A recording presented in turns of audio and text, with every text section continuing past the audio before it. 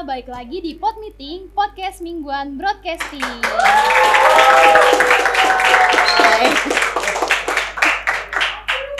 Di Pod Meeting volume ke-19 kali ini bersama saya Zaki Arifin, kita akan mengetahui bagaimana sih budaya-budaya di Jerman, karena sekarang di sebelahku udah ada Bu Nova, yaitu guru bahasa Jerman di SMK Negeri 2 Cibinong. Halo. Halo semuanya, halo. Halo Wigenesinan. Sebelumnya boleh perkenalkan diri dulu, tapi karena Frau ini merupakan guru bahasa Jerman di SMK Negeri 2 Cibinong, jadi spesial untuk Frau perkenalannya menggunakan bahasa Jerman dong.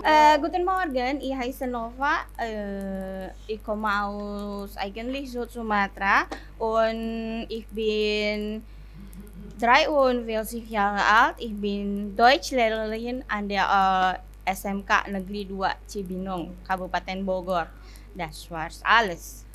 Nah, pasti kalian semua nggak ada yang tahu kan artinya apa, jadi kita butuh artinya nih apa nih, Frau. Saya memperkenalkan diri saya kok, terus asal, usia, terus pekerjaan saya sebagai guru di SMK Negeri 2 Cibinong. Nah, berarti Frau ini kesibukannya hanya mengajar aja, atau ada mengajar di luar kah, atau ada kesibukan lain? Banyak, saya tuh sebetulnya orangnya sangat sibuk ya, tapi Terima kasih banget Frau udah menyempatkan diri untuk datang di podcast ini. Oh iya, sama-sama dengan teror ya tentunya.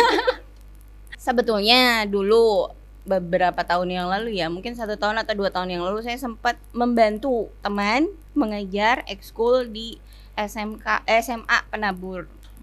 Sentul untuk ini ya, untuk yang di sini. Kalau misalnya yang di lalu sih ada sih gitu, cuma ya sekarang memang hanya fokus di SMK Negeri 2 Cibinong. Nah, awal mula bisa jadi guru tuh gimana ya, Frau? Guru bahasa Jerman. Awal mula saya jadi guru bahasa Jerman ini terpeleset ya, dan panjang sekali ceritanya, mungkin akan menghabiskan episode ini sekitar 10 mungkin ya, karena itu tidak sengaja sekali. Jadi yang awal pertama sekali itu karena kenapa saya pilih bahasa Jerman dulu ya kali. Bahasa Jerman ini sebenarnya karena lulus ujian saringan masuk perguruan tinggi. Jadi kalau misalnya saya lulusnya bahasa Jepang ya saya ngambil bahasa Jepang gitu. Dan jadi guru bahasa Jepang. Ya, dan jadi guru bahasa Jepang. Tapi itu sebetulnya pilihan saya kenapa nggak ngambil bahasa Jepang, karena agak-agak terlalu pede. Dulunya sempat ada basic Mandarin. Ya, jadi saya pikir dia ada tambahan hiragana katakana, tapi saya udah punya kanji kan. Jadi nggak usah, saya bilang gitu. Terus saya udah tahu nih Mandarin itu susah. Kayaknya bahasa Jerman gampang gitu. Kan mikirnya nggak akan lulus ya. Ternyata lulusnya di yang pilihan kedua. Jadilah di sini. Setelah lulus ya nggak ada pilihan lagi. Orang tua taunya lulus ya lulus. Jadi kita ambil gitu. Dan setelah itu menjadi guru. Oh tidak, saya sempat juga kerja di luar guru, tapi orang tua saya memanggil gitu. Tadinya kan saya tetap di Bandung nih, abis lulus. Terus dipanggil sama orang tua, barulah saya pulang. Ternyata orang tua saya pengen saya ngajar di sekolah gitu. Mencoba untuk menjadi anak yang berbakti ya. Jadi saya ngajar gitu. Ngajar.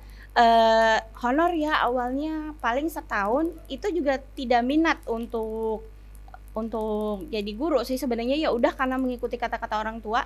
Ada lowongan CPNS masuk di sini.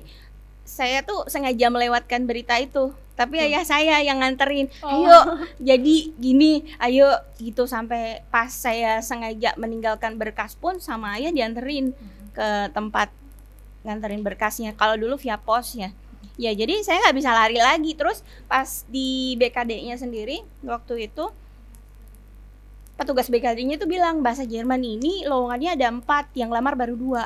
Jadi kan nggak mungkin nggak lulus ya. Kesempatan banget. Ya kesempatannya banget. Tapi ternyata pas ujian, karena saya orangnya jiwanya kompetitifnya tinggi, pas ujian ternyata banyak loh, ada 8 gitu. Saya kan mikir nih, ini berapa aja nih, masa sih saya nggak diterima gitu. Jadi ada usaha, effortnya di situ gede, akhirnya lulus sih. Dan jadi guru ya. Iya, dan menjadi guru. Dengan dukungan dari orang tua. Iya sih, kayaknya doa orang tua banget ya. Karena kan ayahnya yang masukin, ibu juga ayah banget. Kalau misalnya ini kayaknya jasa ayah saya tuh besar banget. Berarti sekarang udah ngajar di SMKN 2 Cibinong tuh udah berapa lama? Saya mengajar di sini itu dari 2019 karena mengikuti suami sebetulnya. Jadi kalau istilah PNS-nya itu diperbantukan. Jadi saya meninggalkan tempat tugas saya yang di sana Sebelumnya. di sebelumnya untuk ada di sini 1 tahun. Setelah mutasi saya berhasil, barulah resminya sekitar tahun 2019. Jadi 2018-19 saya sudah ada di sini 1 tahun. Cuma hanya mengejar PH kalau nggak salah waktu itu. Jadi belum banyak kelasnya, paling cuma PH aja dari kelas 10, 11, 12. Berarti itu pengalaman Frau di sini kan udah dari 2019, berarti kurang lebih 4 tahun ya? 4 tahun, 5 tahun? Lumayan sih Lumayan ya. banyak. Berarti kan ada pengalaman-pengalaman yang mungkin nggak bisa dilupain atau apa gitu dari ngajar di sini? Banyak sih sebetulnya pengalaman, tapi yang saya inget banget kalau anak-anak BC itu kan punya ciri khas tersendiri ya. Nah, kalau misalnya ujian, karena dulu kan kita pakai Google Form, terus ujiannya ujian tertulis gitu kan. Bukan sebelum Covid. Ini kejadiannya banyak kan yang sebelum Covid. Pas Covid itu ada sih ada ya juga. Nanti saya ceritain juga setelah Covid, setelah tidak masih paperless. Sudah paperless, itu ada lagi cerita yang pas masih based paper, itu waktu ujian si kakak kelas kalian ini nggak bisa ngejawab kan. Jadi dia nggak bisa ngejawab, terus dia tulis gini, Frau, saya mohon maaf sekali Frau, ini benar-benar sudah kemampuan saya sesungguhnya. Jadi dia tuh nggak ngejawab, cuma nulis panjang banget kayak permohonan maaf di bawah gitu, di bawah. Jadi saya juga bingung kan, sampai saya ngasihin ke Pak Anto, terus kata Pak Anto, Bu Nova ditolong nggak, kasihan itu katanya gitu. Saya pikir demi, saya bilang gitu loh, emang saya maksudnya sekejam itu apa ya, pasti dikasih lah. Cuma kan ini dia tuh nggak usaha sama sekali loh Pak, saya bilang cuma nulis cerpen doang gitu, kayak please gitu doang. Nah pas yang sudah Google Form ada lagi nih, ini adanya juga kalau nggak salah masih ada di sini. Jadi ini anak BC juga, kalau nggak salah waktu itu BC dia tuh lagi. Iya BC lagi. Jadi waktu itu dia tuh nggak sering masuk karena sakit kalau nggak salah. Nah tapi sebenarnya anaknya bagus sih. Jadi pas ujian susulan ya, dia tuh terdata belum masuk. Nah, jadi dia confirm ke saya, via telepon dia bilang kayak gini, beneran Frau, saya itu ngerjain bener-bener tugas bahasa Jermannya dan susulan bahasa Jermannya, sampai Frau tahu kalau dibelah otak saya itu udah kram katanya gitu. Gimana sih maksudnya dengan kram otak yang harus dibelah gitu? Saya pikir kasihan juga gitu kan ya gitu. Ternyata terpelanting ke kelas lain nilainya itu. Jadi ada namanya ada, tapi dia mungkin karena gugup atau apa terpilih kelas lain kayaknya gitu. Jadi ya begitu deh. Kalau itu kan tadi pengalaman yang lucu, lucu ya. Kalau misalnya yang benar-benar bikin geleng-geleng kepala gitu ada nggak, Frau? Ada. Jadi tugas. Saya dulu minta tugas video, dan sekarang kan saya nggak pernah ya minta tugas video ke kalian karena saya agak sedikit trauma gitu. Jadi pernah saya minta kirim video, itu kalau nggak salah video perkenalan or something gitu. Tapi yang dikirimnya adalah lagu kewer-kewer, tahu nggak? Ya tahu. Ada, tahu. Kan saya bingung ya. Saya tungguin itu video sampai selesai. Saya pikir mungkin setelah lagu ini ya, karena kalian kan jago editing or something. Sampai terakhir saya bilang ini nggak ada apa-apa, cuma ini doang gitu. Itu BC lagi, Bu. BC lagi, of course BC gitu kan. Oh iya. Jadi ya sampai saya tanya nih ke anaknya, saya takut juga kan nanti bakal besar gitu, maksudnya ini anak gimana gini. Terus dia bilang katanya ini tugas sih Bro, kayaknya salah kirim gitu. Angkatan baru alumni. Kayaknya kalian kenal deh sama orangnya. Kenal. Cowok apa cewek, Bro? Cowok. Oh, cowok. Siapa tuh? Terus kalau tadi kan pengalaman. Nah, kalau misalnya kendala selama mengajar di SMK Negeri 2 Cibinong ada nggak? Kendalanya lebih kalau dulu ya ke waktu sih ya. Jadi ada yang kita sempat 30 menit kan gitu. Terus sempat daring gitu. Terus sempat apa. Kalau sekarang ke BC kebetulan saya Jumat ya. Jumat. Jadi lebih concern saja. Kalau awal itu BC 1 berarti saya harus concern bersiap untuk mengajak teman-teman kalian yang berjenis kelamin laki-laki dan beragama muslim untuk sholat Jumat. Jadi terpotong di situ teman-temannya. Sisanya tetap belajar. Terus untuk yang BC2 kita punya kendala nggak ya? Nggak ada sih kayaknya. Kalau BC2 nggak ada kendala. Sih kendalanya cuma itu tadi waktu sih. Ya. Kalau apa namanya, Frau kan berarti kan pengalamannya udah banyak banget nih, udah kuliah juga, udah menjadi guru, berarti kan kurang lebih tahulah tentang bagaimana negara Jerman ya. Nah, aku di sini udah nyiapin beberapa kayak pertanyaan untuk Frau gitu tentang Jerman yang aku nih penasaran bener nggak sih di Jerman tuh kayak gini gitu, kayak culture shock di Jerman gitu. Nah, yang pertama yang aku tahu itu kalau nggak salah orang Jerman itu jarang mandi, bener nggak Frau? Sebetulnya ini juga baru saya checking ya, seluruh dunia ini kayaknya yang paling sering mandi itu adalah orang Indonesia. Ya, jadi nggak bisa kita bilangin paling jarang mandi sih gitu. Cuma untuk Eropa sendiri memang kayaknya budaya mandi itu nggak terlalu sebanyak kita di Asia ya. Cuma kalau misalnya dibandingin dengan kalian yang mandi berapa kali sehari sih, 2 kali atau 3 kali gitu kan. Nah, itu kayaknya mau nggak mau sih memang lebih jarang dari kita. Berarti itu kalau misalnya emang jarang mandi berarti bener ya, mungkin karena cuaca di sana yang dingin, itu benar. Lebih ke memang betul sih ya, iklimnya di sana dan di sini tuh berbeda. Pertama, kedua juga kan di sana kalau iklimnya berbeda tuh nggak kayak di Indonesia yang ada panas bisa berkeringat dan segala macam ya. Di sana memang keringatnya tidak terlalu banyak gitu. Terus ya lebih ke mereka juga kan kalau misalnya kata kita tuh mandi berenang di sungai mereka yang bersih lah ya. Kita nggak bisa kita bandingkan dengan sungai kita yang Ciliwung misalnya gitu loh. Ya itu juga kan menurut kita mandi gitu kan, menurut mereka mungkin enggak gitu. Lagian juga ya budaya beda-beda sih, lebih ke itu. Dan lagian juga kebanyakan kan non muslim, tidak ada harus mandi wajib, tidak harus wudhu dan sebagainya gitu. Jadi memang penggunaan air tidak sebanyak kita, tidak sesentral kita. Contohnya begini, kalau di Indonesia kan rumah-rumah penduduk itu kebanyakan yang di Sumatera atau di Kalimantan itu di sekitar sungai. Iya, betul. Ya di Jerman nggak gitu. Oh, jadi jauh gitu dari sungai-sungai. Ya mereka biasanya sih lebih mendekati jalan, mungkin akses or something gitu. Jadi bukan sungai yang didekati. Kalau ini nggak sih mempengaruhi nggak sih kalau nggak salah di Jerman juga air bayar ya, mahal? Kalau dibandingkan ke kurs Indonesia iya mahal. Cuma ya itu tadi lagi-lagi kan ke budaya ya, lebih ke budaya. Jadi mereka menggunakan air misalnya untuk minum nggak harus dimasak dulu kan, terus mandi mungkin mereka pakai air hangat nggak? Iya pakai sih gitu. Tapi kadang juga mandi pakai air dingin dan ya itu tadi.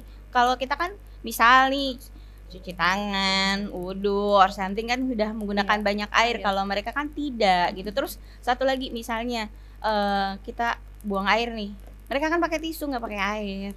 Iya sih. Iya kan? Bener. Jadi budayanya kan udah beda kan. Jadi tingkat penggunaan airnya di sana tidak seurgen kita. Mereka pakai kertas, paper toilet or something gitu kan. Kalau kita kan pakai air. Ya udah bedanya di situ. Kalau yang kedua yang aku tahu itu orang di Jerman tuh rajin banget kayak ngumpulin botol bekas buat dia minum, terus dijual lagi pakai yang mesin itu. Kalau dari yang setahu saya sih sebenarnya bukannya kalau kayak misalnya di Indonesia nih, kalau zaman saya dulu nih kalau misalnya buat uang jajan ya ada ya botol kecap dikumpulin nanti ditukar gitu kan. Kalau di Jerman itu sebetulnya botol itu udah include dengan harga. Maksudnya gimana tuh, Prof? Jadi bisa beli le minerale nih gitu, harganya 3.000 sama botolnya 500. Oh jadi 3.500. Iya jadi emang udah include gitu. Jadi udah include botolnya dijual itu harga emang botolnya ya? Iya emang harga botolnya gitu. Iya. Terus di Jerman itu apa namanya, kalau misalnya ketemu sama orang asing, orang Jerman itu kayak jarang nyapa atau senyum gitu nggak sih, malah dianggap aneh? Kalau di Jerman kayaknya kalau misalnya kalian juga ketemu sama orang senyum-senyum kayak gitu, kita bisa dibilang veruk ya. Kayak kalau bahasa Sundanya gelo gitu mungkin ya. Jadi maksudnya gini, mereka kan mind on your business gitu, nggak ngurusin segala macam. Kecuali kalau kita nanya atau mereka kerja di bagian pelayanan misal gitu, ya mau nggak mau memang harus senyum sebagai greeting sapaan gitu. Tapi nggak kayak kita yang nggak kenal sama orang ketemu di jalan terus senyum gitu, enggak gitu. Emang budayanya juga udah beda. Tapi sebetulnya secool-coolnya orang Jerman masih ada negara Eropa lain yang lebih cool kok. Apa tuh? Rusia. Wah itu benar-benar cool banget. Jadi maksudnya mereka emang jarang senyum banget. Jarang senyum, jarang nyapa. Jarang senyum, jarang nyapa gitu-gitu deh. Terus ya beda lah memang ke Jerman yang kata kita orang yang nggak suka nyapa atau segala macem, masih adalah mereka ramah tamahnya ya. Kalau yang itu mungkin lebih ke emang lebih dingin aja sih. Kalau misalnya di Indonesia tuh kan biasanya orang-orangnya itu kan pada ngaret, kayak kalau misalnya syuting nih aku misal di schedule-nya itu jam 7 tapi datangnya pada jam 9 itu kan ngaret banget ya. Tapi kayaknya kalau di Jerman orang-orangnya Sama on aja. time. Lebih ke sebetulnya on time sih ya, tapi ada juga sih yang beberapa yang ngaret juga. Jadi kalau budaya Jerman sendiri secara keseluruhan sih sebetulnya mereka time is money, betul-betul time is money gitu. Tapi ada juga sih yang nggak selalu kayak gitu.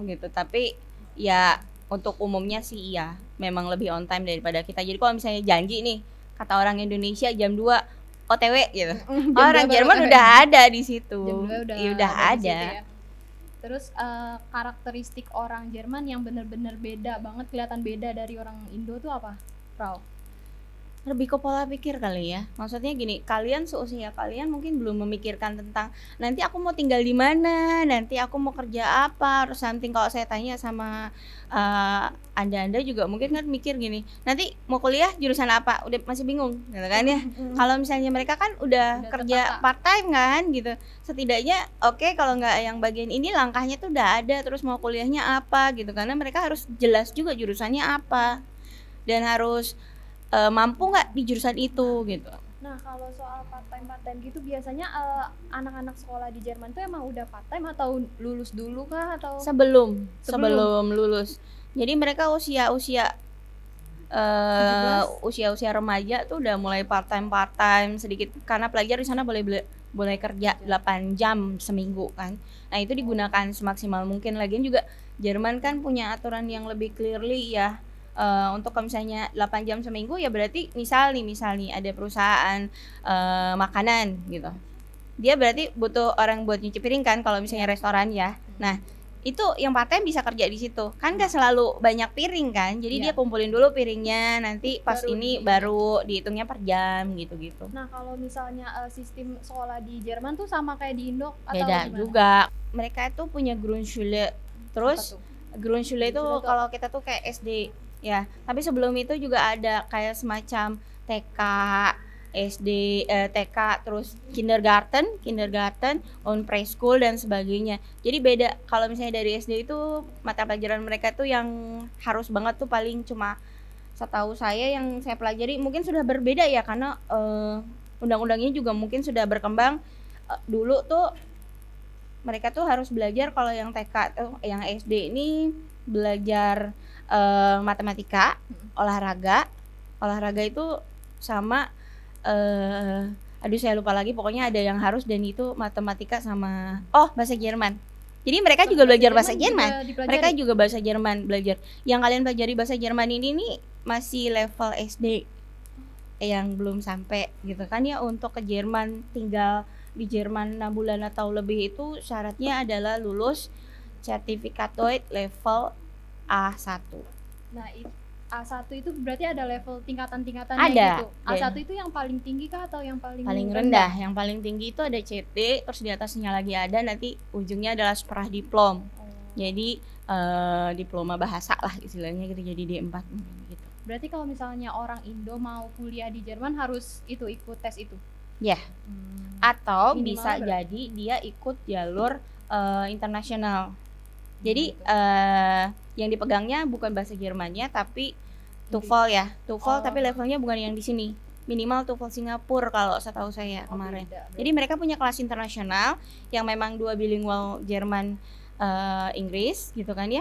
Tapi nanti di tahun kedua ketiga mereka juga akan dipaksa juga untuk ikut CT itu tadi. Maksudnya karena si pelajaran di sana juga nggak akan pakai bahasa Inggris lagi gitu. Udah level berapa kayak Anda misalnya udah tingkat berapa, dosennya udah nggak pakai bahasa Inggris lagi.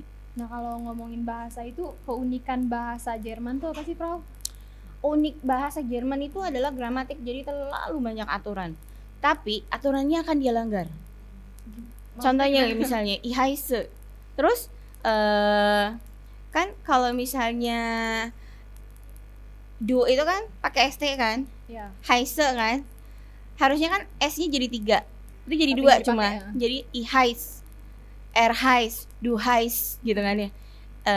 Nah itu keunikan salah satunya. Terus nama benda misalnya, ada singular, plural dan sebagainya. Tapi itu pusing banget. nah makanya jadi kan ada benda yang nggak punya bentuk singular loh, ada benda yang nggak punya bentuk, ya pokoknya macam-macam. Misalnya di jeans dia nggak punya bentuk singular, jadi dia selalu banyak. Padahal kalau kita pikir celana jeans kan satu ya, kenapa bisa jadi selalu banyak gitu. Berarti itu yang membedakan antara bahasa Jerman sama bahasa-bahasa yang lain. Iya, bahasa Jerman punya gramatik, bahasa Jerman punya konjugasi, bahasa Jerman punya artikel, banyak sekali yang ternyata sangat-sangat unik dibandingkan dengan bahasa lain. Kalau misalnya Frau sendiri selain bahasa Jerman menguasai bahasa lain atau enggak? Awal waktu sebelum lulus SMA itu saya, kalau teman-teman saya yang lain ikut tes bimbel matematika dasar or something gitu, saya ikutnya kan les Mandarin ya. Jadi saya punya basic ke Mandarin, tapi begitu saya masuk ke bahasa Jerman sampai 10 tahun dan berapa tahun udah lupa Mandarinnya. Hilang. Berarti sekarang fokusnya memang ke bahasa Jerman aja ya? Fokusnya iya, lebih ke bahasa Jerman saja.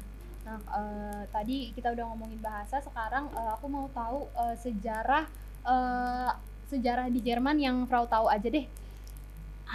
Jerman itu dulu terbagi ya, maksudnya terbagi jadi di Jerman Barat, Jerman Timur, kemudian dia bersatu lagi, runtuhnya tembok Berlin, kemudian Jerman bersatu dengan ibu kota Berlin, ada 16 negara bagian, ada 3 negara kota, kemudian Perdana Menteri pertamanya yang perempuan itu adalah Angela Merkel, something saya lupa deh. Terus sekarang sudah ganti, bukan itu lagi. Terus mata uangnya adalah euro. Iya, euro. Itu tadi kan berarti apa namanya, sejarah emang negara Jerman kan. Kalau misalnya tentang Hitler gitu yang orang-orang sering bahas gitu. Kalau misalnya tentang Hitler nih sebetulnya agak riskan ya. Jadi Hitler itu adalah penguasa yang pernah berkuasa di Jerman, tapi sebetulnya Hitler sendiri itu kelahiran Austria kalau nggak salah. Jadi Austria itu tetangga Jerman.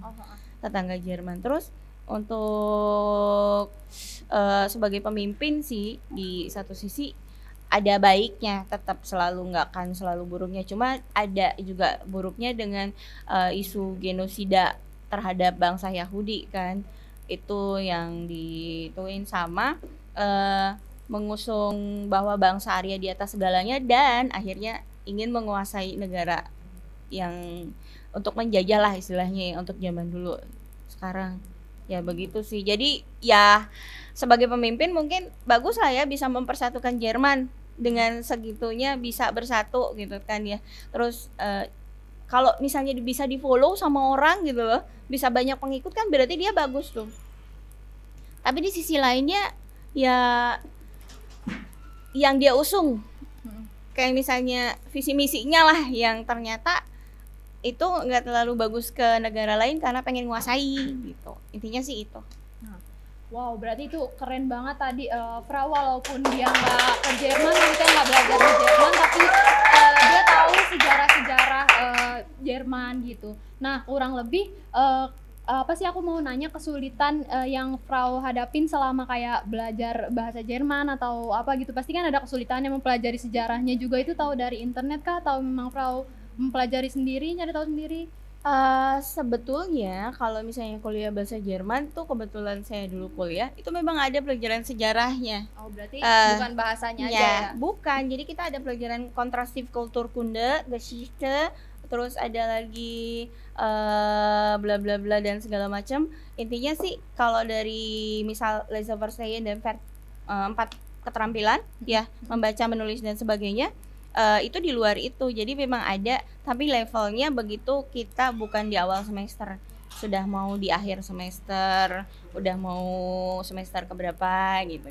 Jadi nggak di awal-awal, bukan di kelas awal. Iya, berarti awal yang dipelajari itu pasti bahasanya dulu, baru kayak ke sejarah-sejarahnya gitu atau gimana? Betul. Iya, jadi sejarah, terus nanti karya sastra gitu dan sebagainya. Karena ada Schreiben nanti, terus nanti Schriftlicher Ausdruck gitu, itu tentang nanti ada tulisan-tulisan karya sastra dan sebagainya, atau tentang iklan nanti kita baca dan sebagainya gitu. Kalau Frau sendiri belajar bahasa Jerman itu berapa lama? Saya belajar bahasa Jerman itu dari tahun 2000 sampai tahun 2006. Maksudnya lulusnya ya 2006. Sebetulnya 2006 saya udah nggak belajar lagi. Ya 6 tahun. Berarti Karena kan saya selama nggak konsen ke belajar bahasa Jermannya iya. tadi. Benar. Berarti selama 6 tahun itu udah menguasai semuanya? Tidak, Oh, tentunya. belum. Jadi semakin banyak kita mencari tahu tuh semakin banyak kita nggak tahu. Yang benar-benar katanya ilmu pengetahuan itu seluas lautan tuh bener. Benar. Iya, tetap begitu dan selalu begitu. Jadi kita bilang kita tahu tapi ternyata enggak lah ya. Ada yang selalu di atas yang selalu tahu. Iya. Kalau cara belajar bahasa Jerman yang unik ada nggak Frau? Buat kita atau Frau sendiri cara belajarnya yang unik gitu? Kalau yang unik sih ini saran teman-teman saya. Tapi saya udah nyoba, cuma saya nggak terlalu tertarik ternyata. Jadi gini katanya kalau misalnya mau ngajarin anak-anak biar tertarik pakai bahasa Jerman itu pakai lagu-lagu katanya gitu kan ya, lagu-lagu. Cuma kan masalahnya adalah kita beda kebudayaan ya. Dengan Jerman dengan Indonesia itu beda kebudayaan gitu. Dari itu kan harus banyak yang disortir.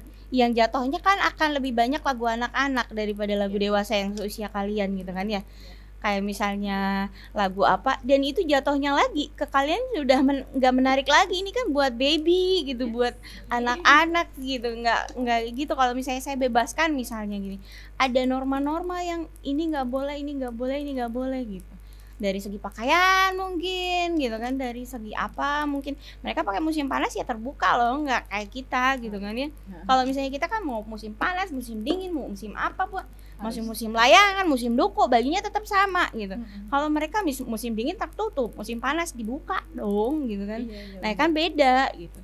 Jadi dari situnya aja udah tip-tipnya sih kalau dari teman-teman sih lagu ya, tapi kalau saya sih nggak lagu juga. Terus ada lagi film lebih lagi kalau menurut saya. Jadi saya sebagai guru harus nonton dulu nih sampai akhir nih. Terus ini bisa nggak nih ditayangkan nih? Karena ada namanya Regenbogen, nanti kalian cari tahu sendiri. Yang itu tuh nggak boleh di Indonesia. Kalau untuk cara unik nggak ada, paling Frau mempelajarinya ya udah biasa aja Lebih gitu. lebih ke mencari tahu sih ya, lebih ke maksudnya lebih googling, terus lihat YouTube, tapi memang harus membatasi juga. Jadi kalau saya sih memberikan YouTube yang udah saya oke, aman gitu loh. Terus oke, ini bisa dan sebagainya. Paling gitu sih ya, karena banyak media. Jadi lebih ke penggunaan media saja. Kalau itu tadi kan selesai bahasa Jerman ya, berarti sekarang tuh suka dukanya Frau mengajar di SMK 2 Cibinong atau selama mengajar bahasa Jerman lah gitu. Kesulitannya? Kesulitan nggak ada, karena saya guru dah mau tidak mau harus yang tadinya bisa harus bisa gitu kan. Yang tadinya tidak berbicara harus berbicara. Kesulitan yang berarti sekali sih nggak ada. Dari kalian juga menurut saya semua masih bisa diarahkan ya, khususnya anak BC. Jurusan lain juga nggak ada masalah sih. Lebih ke kemauan aja sih. Kalau misalnya kalian kalau lagi males, berarti saya harus kasih motivasi gitu-gitu kan. Kalau misalnya lagi pusing tugas gini berarti saya juga harus ayo kita cerita dulu, isgibah time gitu kan, ada saatnya gitu kan. Udah gitu nanti baru saya tarik ke materi, paling gitu sih. Itu tadi obrolan singkat aku sama guru bahasa Jerman di SMK Negeri 2 Cibinong. Terima kasih Frau sudah Sama-sama meluangkan waktunya untuk datang ke sini karena Frau sangat sibuk. Susah ya buat kalian. Susah banget, aku mau undang Frau banget tapi susah. Baru bisa sekarang ini. Terima kasih ya Frau.